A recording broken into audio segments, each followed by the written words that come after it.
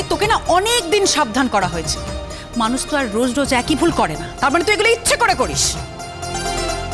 দূর হও, দূর হও আমার চোখের সামনে থেকে। আই বই ধরছে, নিয়ে নাও তোরা, যাও। এই যে মেয়ে, শোনো, বকুন দাঁড়া, যাস না, শোন, তুইও শোন। বলছিলাম যে দুদিন পরে না আমার ষষ্ঠী পুজো করার আছে। ছেলের মাকেই তো সেই পুজোটা করতে হয়। তার জন্য যেটা তোমাদেরকে করতে হবে সেটা হলো এই গোটা বাড়িটা, সব কটা ঘর একেবারে পরিষ্কার পরিচ্ছন্ন করতে হবে, যেন কোনো কোণে কোনো ধুলো না থাকে, বুঝলে না? কদিন ধরে তো তুমি শরীর খারাপের বাহানা দিয়ে টুক করে নিজের কাজটা সেরে গিয়ে শুয়ে পড়ছো, তাই না? পরিষ্কার করতে পারবে তো? পারবে না কেন শাহনাদি? খুব পারবে। তাছাড়া আমাদের বাড়িতে দুজন কাজের লোক থাকতে তো আমরা আর একজনকে এখানে নিয়ে আসতে পারি না, তাই না? করতে হলে করতে হবে। অসুখ বললে শাহনাদি সবাই কিন্তু মেনে নেবে না, বুঝলে? আর তাছাড়া অসুখ তো একদিন দুদিন হতে পারে, রোজ রোজ অসুখের বাহানা দিলে চলবে কেন? কই কাকিমণি, আমি তো অসুখের বাহানা দিই না। আমার সাধ্য মতন আমি তো সব কিছুই করছি। ওই সব কাজ টাজ হয়ে গেলে একটু ঘরে গিয়ে বিশ্রাম নিচ্ছি, এই আর কি। মুখে মুখে ঠিক কথা বলে যায়, চুপ করে থাকার অভ্যেসটাই নেই। এটাই তো স্বভাব ওর, এর বাইরে আর কি করবে বলো? এই শোনো মেয়ে, তোমার ভাষণ কিন্তু এখানে আমরা কেউ শুনতে চাইছি না। আর তোমাকে একা কোনো কাজ করতে বলা হয়নি। তুমি প্রথমে নিজেরটা করবে, নিজের ঘরটা পরিষ্কার করবে, তারপর পুরো ওপরটা পরিষ্কার করবে, আর বগন নিচটা করবে, হয়ে গেল।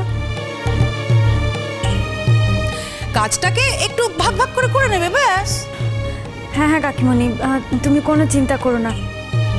আজকে তো আমার স্নান হয়ে গেছে, আমি কাল সব পরিষ্কার করে দেবো। কিরে বগন, শুনতে পেলি তো কি বললাম?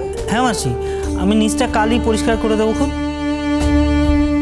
এই শোনো বগন, বাড়ি পরিষ্কার করতে গিয়ে আবার যত নোংরা টোংরা বেরোবে সেগুলোকে ছড়িয়ে ছিটিয়ে বাড়িময় করো না। ওই যে বাস্কেটটা দেখতে পাচ্ছ, ওইখানে গিয়ে যত বাতিল জিনিসপত্র রয়েছে সব ভরে দেবে, কেমন? মনে থাকে যেন। হ্যাঁ মামি, আমি জানি তো, ওখানে ফেলে রাখবো, তারপর কালকে শিশি বোতলওয়ালাকে বিক্রি করে দেবো, আর বাকি ময়লাগুলো ময়লা ফেলার গাড়িতে ফেলে দেবো। প্রতিবারই তো করি, আমি জানি।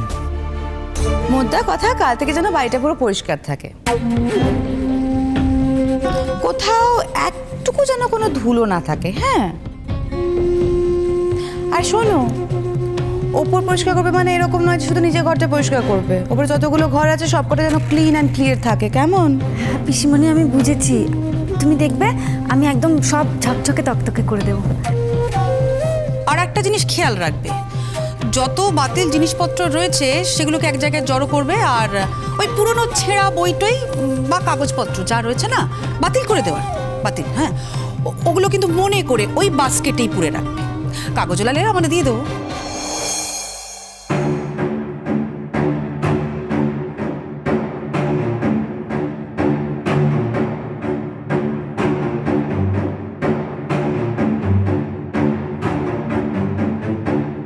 ঠিক আছে কাকিমণি, আমি আমি সব পরিষ্কার করে রাখবো।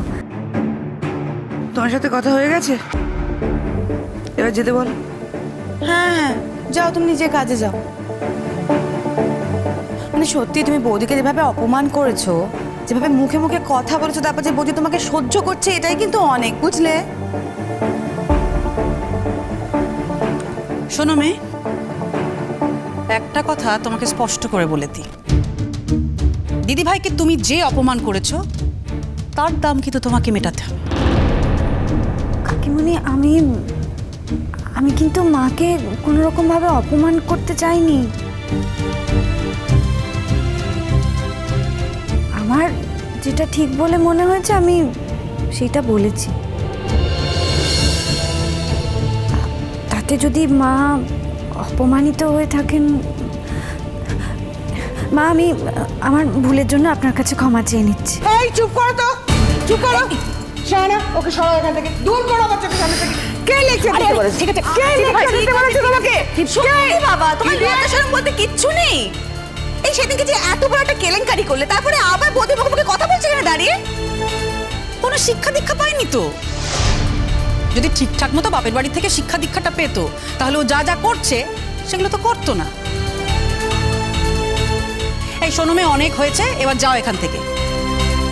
আমরা একটু কথা বলছি, এখানে না কোনো মেড সার্ভেন্টদেরকে আমরা অ্যালাউ করবো না। কি হলো বগন, যা। কি হলো, যাও। তো সব জুটেও তেমনি।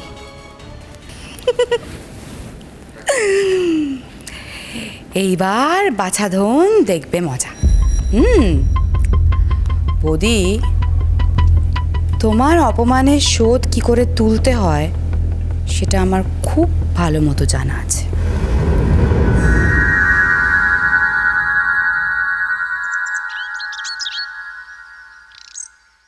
জেঠুমণি, ও জেঠুমণি, বাবা যাকগে ভালো হয়েছে তোমরা দুজনেই এখানে আছো। শুনেছো কি তুমি? হ্যাঁ শুনেছো তোমরা কি করেছে তোমার ছেলে? আমি এখনো কিছু করিনি, তবে করব ভেবেছি। আর তার মধ্যে তুমি বাড়ি একবার মাথায় তুলে রেখেছো। ইনফ্যাক্ট আমি যেটা করব ভেবেছি সেটা যদি মাসিমণি আর মেসমণি শোনে তাহলে আমায় উৎসাহ দেবে, তোমার মতো করবে না। কি বলছিস নাকি? কি হয়েছে রে ছুটি? আমি তো কিছুই বুঝতে পারছি না। কি ব্যাপার রে ছুটি? কি বলছে বলতো? কি ভেবেছো তুমি? হ্যাঁ ছুটি, ওকে বলে দে ওকে নিজে থেকে ভাবতে হবে না, কিচ্ছু কিচ্ছু ভাবতে হবে না। এখন থেকে ওর যা ভাবনা সব আমরা ভেবে দেবো। আর তোর মতো একজন বুদ্ধিমতী মেয়ে থাকতে ওর আবার নিজে ভাবার কি দরকার? আচ্ছা, তার মানে এখন সব ব্যাপারই ক্রেডিট হচ্ছে ছুটির, আমার কোনো ক্রেডিট নেই, তাই তো? হ্যাঁ তাই তো, সমস্ত কৃতিত্বটাই ওর। এবার দয়া করে বলো তুমি কি ভেবেছো? আমি বলি, উনি কাজ ঠিক করেছেন। কাজ ঠিক করেছিস তুই? কোথায়? কে কে তোকে কাজ দিল রে? আমি অপদার্থ জানি, তবে আমি এতটা অপদার্থ নই যে আমি কোনো কাজ জোটাতে পারবো না মেসমণি। এই দেখো, এ আবার সেন্টিমেন্টে লেগে গেল। আরে বাবা শোন, তোর তো একটা কাজই করার কথা, ওর গান গাওয়ার কথা। গান গাইবি। তোকে তো অন্য কোনো কাজ নিয়ে মাথা ঘামাতে কেউ বলেনি বাবা। দেখো মেসমণি, অনেকদিন হয়ে গেল বিয়ে হয়ে গেছে, ছুটিকে আমি ঘরে এনেছি।